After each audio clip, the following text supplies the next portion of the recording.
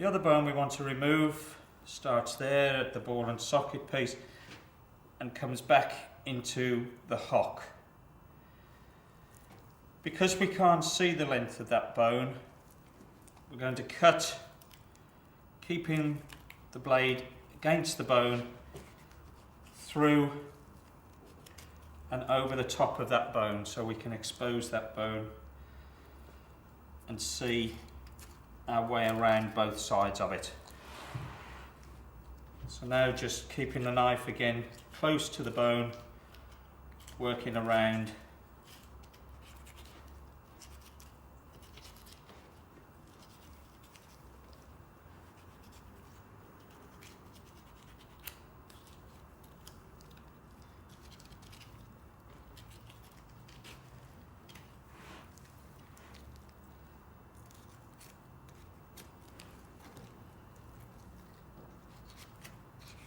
Working around the other end of the bone to separate it from the elbow joint.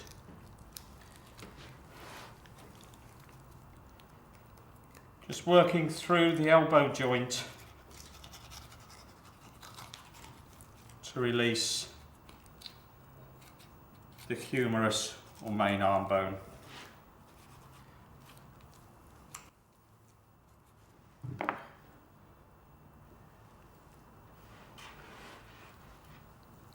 Now, because we've opened up the shoulder block, we can get to see and remove thick silver tendons and gristles, blood meat, and any large pockets of fat.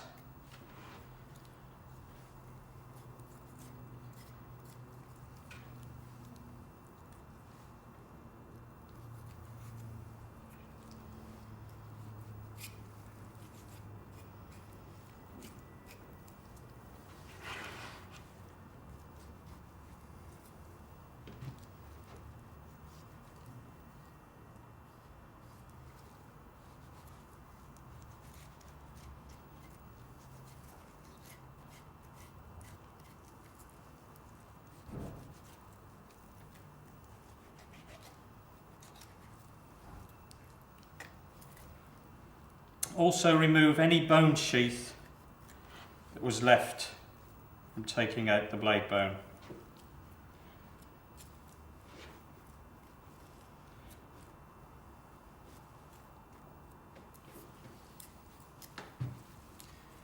Making a final check that we've removed all the internal pockets of fat and gristle. Finally, there's a large, thick gristle that runs down the centre of this blade muscle, and with a scraping action of the point of the knife, scrape along that gristle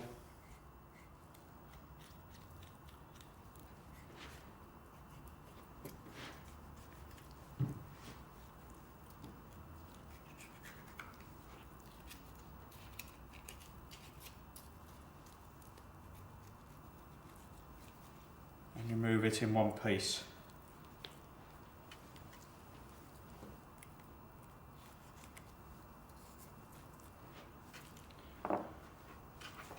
Finally, making sure that we've checked everything and are happy with the level of trim. A little bit more blood meat, discoloured tissue. At this stage now, we need to close the joint up, turn the joint over and form into a nice even cylindrical joint, at which point we can tie securely.